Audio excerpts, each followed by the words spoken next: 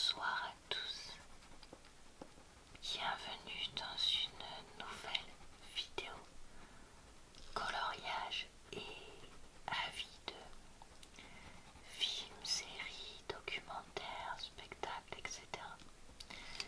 C'est-à-dire une vidéo où je vous partage mes avis sur ce que j'ai regardé récemment, tout simplement. Je fais ce genre de vidéo régulièrement sur ma chaîne depuis des années. Donc vous pourrez retrouver en barre d'informations, commentaires épinglés et dans le i en haut de l'écran le lien vers d'autres vidéos du genre que j'ai déjà faites. Je me permets de vous préciser que ce mois-ci il y a plusieurs avis et non pas juste un ou deux qui ont été faits, que j'ai en fait enregistré sur mon dictaphone et que j'ai ensuite basculé sur des vidéos de coloriage dont le son n'était pas forcément exploitable. Donc voilà, n'en soyez pas surpris. Je fais ce que je peux, tout simplement, pour essayer de vous proposer du contenu malgré un planning chargé. Donc j'ai dû faire quelques concessions ce mois-ci. Et bien, tant pis, on survivra, tout simplement. On a regardé le film The Card Counter, qui est présenté comme un Martin Scorsese, mais en fait ce n'est pas un film de lui du tout. Il a juste légèrement produit le film. Ce film a été en fait écrit et réalisé par quelqu'un d'autre, qui est un film récent qui suit un ex-militaire devenu joueur de poker et joueur de poker qui compte les cartes, tout le titre, pour, selon les probabilités, continuer ou pas à jouer. Écoutez, ce film, au début nous plaisait bien, on trouvait la façon de réaliser intéressante, le personnage intéressant, etc. Et en fait, au bout d'un moment, on a de moins en moins aimé avec mon chéri, puisqu'on l'a regardé tous les deux. Parce qu'en fait, il se passe pas grand chose dans ce film. Moi, je m'attendais à un film d'action, et en fait, pas du tout. On nous évoque les horreurs qui ont été faites pendant les différentes guerres en Irak, en Afghanistan, ce que vous voulez. Mais pareil, on nous les dit, on nous les dénonce, mais sans plus que ça. Les personnages sont voilà. Enfin, à part le personnage principal, je trouve que les deux personnages secondaires sont inintéressants et complètement sous-développés. Et vraiment, au début on se dit ça va monter, mais en fait ça monte pas. Et le peu qui est monté retombe mais complètement comme un soufflé à la fin. Et vraiment, on s'est regardé, on s'est dit mais c'est tout. On a passé 1h30 à regarder un film où en fait on se dit, enfin, on a perdu notre temps parce que c'était ni drôle ou divertissant, ni intéressant genre documentaire, j'apprends des trucs, ni intéressant genre visuel, scène d'action, etc. Enfin vraiment, mais voilà quoi, c'était pas du tout pour nous. Après, je l'avais sélectionné en voyant qu'il avait été justement lui-même mis à des sélections officielles pour la Mostra de Venise et Deauville, je crois. Donc peut-être que c'est un film un peu trop intellectuel, cinéphile pour moi, parce que c'est pas du tout le genre de film qu'on regarde. Donc peut-être que c'est pour ça. Peut-être qu'on est juste de gros nulos du cinéma. Mais ouais, là non, vraiment, on n'a pas du tout aimé. Donc bon bah voilà, si jamais vous l'avez vu, surtout n'hésitez pas à partager votre avis, que je puisse voir si le mien, enfin le nôtre, est isolé ou pas. Après c'est tout à fait possible que oui, hein. Je dis pas qu'on est les rois des avis de la Terre, mais voilà. Vraiment, ouais, on était très très très perplexes. Je voulais vous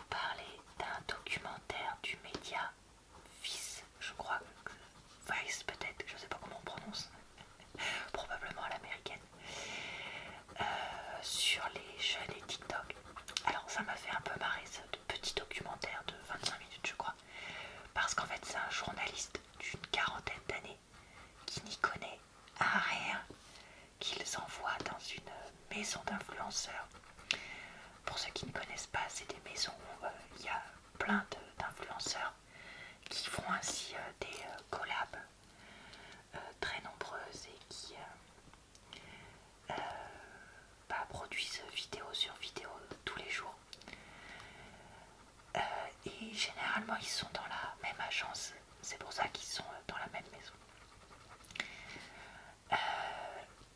Qu'est-ce que j'ai pensé de ce petit documentaire? Je trouve ça pas mal pour expliquer ce que c'est un influenceur à une personne de plus de 35 ans qui n'y connaît rien. Après, est-ce que j'ai appris quelque chose? Non, pas du tout. Mais voilà, j'avais envie de voir un petit peu ce que ça disait. Donc c'est vraiment pour ça que je l'ai regardé. Tout simplement. Le but n'était pas du tout pour moi d'apprendre quoi que ce soit.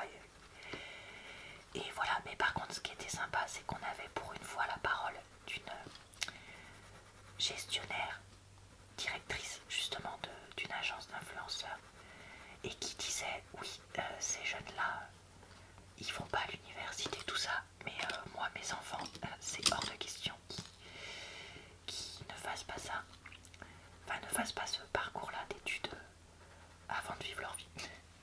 Donc c'était assez intéressant. J'ai essayé 10 minutes, un quart d'heure du premier épisode de la série Fonction jurée sur Amazon Prime. Alors c'est une série très bizarre puisque en fait je me suis rendu compte en commençant à regarder comment dire, l'épisode que on a en fait un faux procès où tout le monde est au courant que c'est un faux procès sauf un des jurés qu'on suit qui s'appelle Ronald. Et donc en fait ouais mais non. Enfin moi les trucs où on dit, où on ment comme ça à quelqu'un pour faire un effet comique entre guillemets, c'est quelque chose, voilà, vraiment c'est pas du tout pour moi, je déteste ça. Je peux comprendre qu'on puisse trouver ça comique, mais je me sentirais tellement, mais tellement mortifiée. Moi qui suis quelqu'un d'assez naïf, si on m'apprenait après que j'avais fait, on m'avait menti comme ça pendant des jours, voire des semaines, que en fait, ouais, c'est pas pour moi. Donc bon, bah écoutez, j'ai voulu essayer une nouvelle série, et bien c'était un gros fail. J'avais envie de vous parler de l'épisode 2 de la série Jour polaire, que j'avais voulu essayer, une série de chez Canal+. Bon, j'ai décidé d'arrêter cette série en fait. Dans cet épisode 2, on a un peu plus de révélations sur le personnage principal, la flic française, notamment sur son passé. On en apprend aussi un peu plus sur d'autres personnages de la ville, que ce soit le procureur et de nouveaux personnages font petit à petit leur apparition. Et on a des nouvelles personnes qui disparaissent, si vous voyez ce que je veux dire. Mais voilà, cette série, je pense que c'est pas pour moi en ce moment parce que bien que ce soit intéressant et que j'ai envie de savoir qui les fait disparaître, si vous voyez ce que je veux dire, hein, parce que je peux pas tout dire sur YouTube, comme vous le savez. Et également enfin, les tenants et les aboutissants de cette histoire, en fait, tout simplement. Voilà, j'ai pas l'énergie actuellement pour regarder ce genre de série qui est un peu glauque, il faut le dire, ce qui est largement renforcé par la musique très angoissante qui nous met tout le temps. Et je crois que c'est mieux que j'arrête parce que voilà, vraiment j'ai eu beaucoup de mal à trouver la force déjà de regarder le deuxième épisode après avoir vu le premier, parce que je me disais oh, ça va encore être un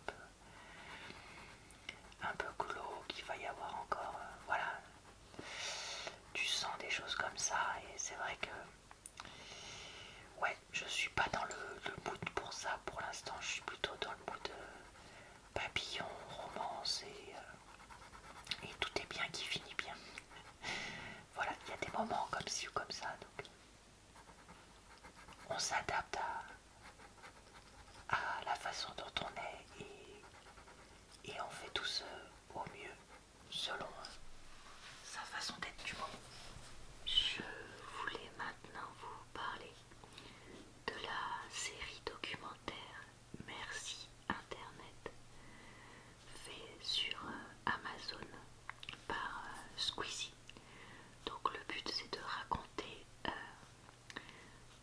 l'histoire de comment Squeezie est devenu Squeezie, un petit peu comme on avait eu il y a quelques mois, années, ne montre jamais ça à personne d'Orelsan, c'est vraiment exactement le même principe.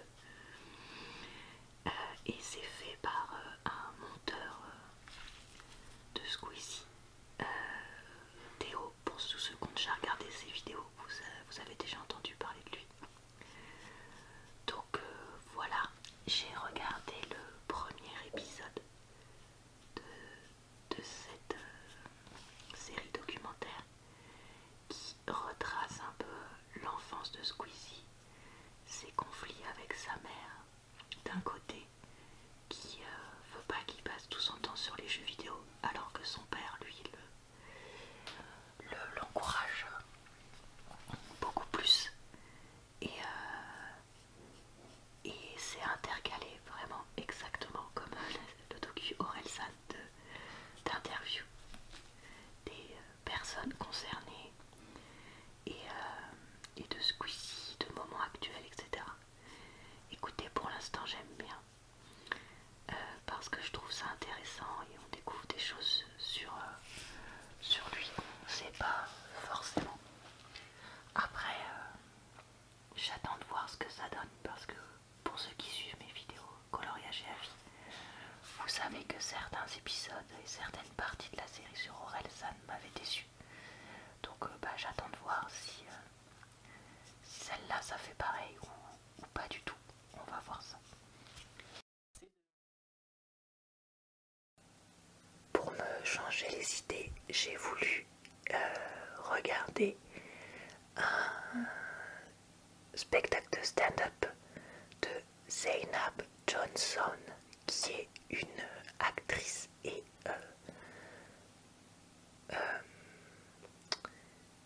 comique. Et c'est un spectacle où elle parle de le fait d'être une femme noire musulmane, mais qui ne porte pas le hijab. Et autant j'ai déjà regardé des spectacles de personnes qui parlaient de religion musulmane, même si je ne suis pas personnellement concernée. Et même si je comprenais pas tout, ça pouvait être drôle.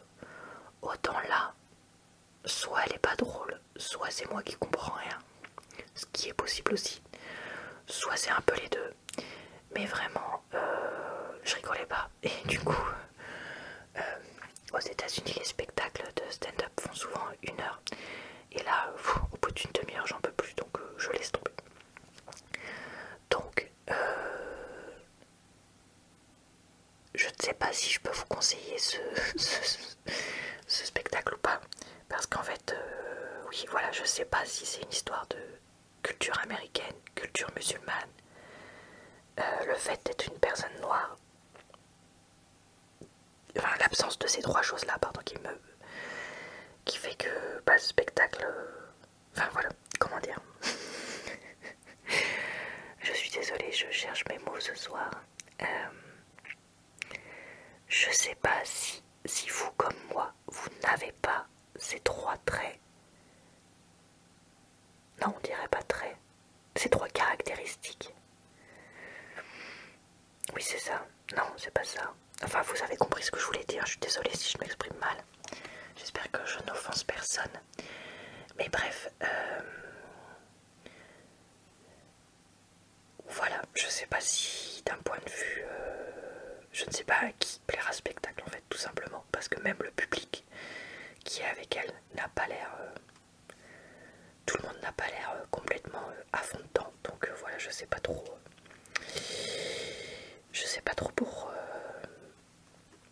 qui, pourquoi. Voilà, tout simplement. Voilà, cette vidéo est maintenant terminée. J'espère que mes avis vous ont intéressé et que cette vidéo a pu vous divertir, relaxer et vous aider à vous endormir. Je vous retrouve très bientôt dans une prochaine vidéo d'avis de comment dire de ce genre. Et d'ici quelques jours, normalement pour une vidéo d'avis sur des podcasts. Je fais aussi des vidéos